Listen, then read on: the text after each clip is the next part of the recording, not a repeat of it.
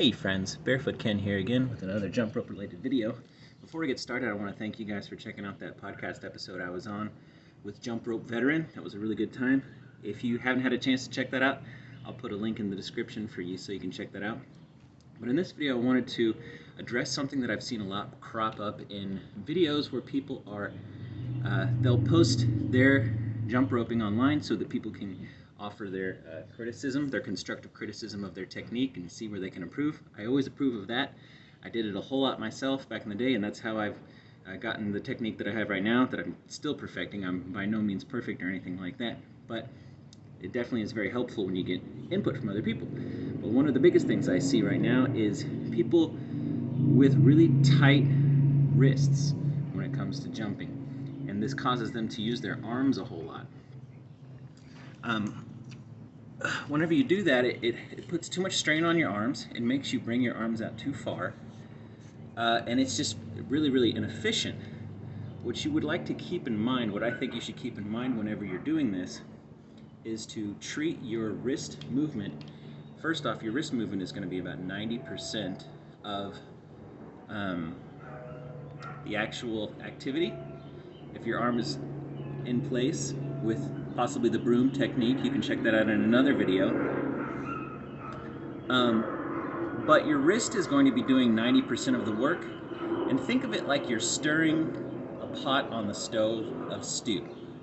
How much you would use on the spoon to stir.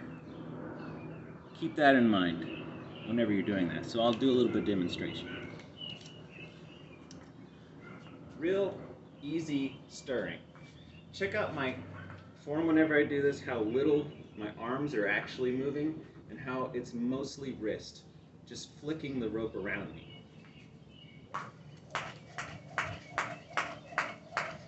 Mostly wrist, gentle flick. And you don't need a lot because the weight of the rope will carry it around.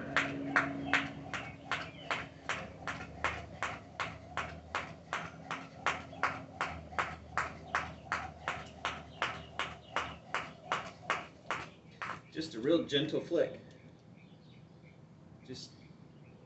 The only time when you wouldn't be doing this is if you were using a weighted rope. Sometimes anyways. I'll demonstrate the two different weighted rope styles here too. See, if you were to just let your wrist go with a weighted rope, you'd probably start to lose control of it. It's really hard. So sometimes you will want to lock that wrist with a weighted rope and engage shoulders.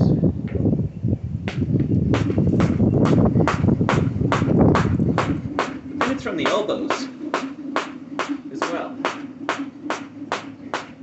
But you can take a break and use your wrists. It's really difficult. But with a speed rope, stir the pot. Just stir the pot.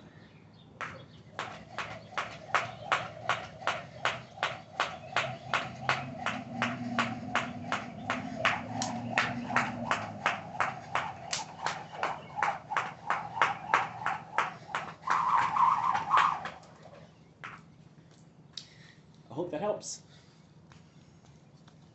Peace, friends.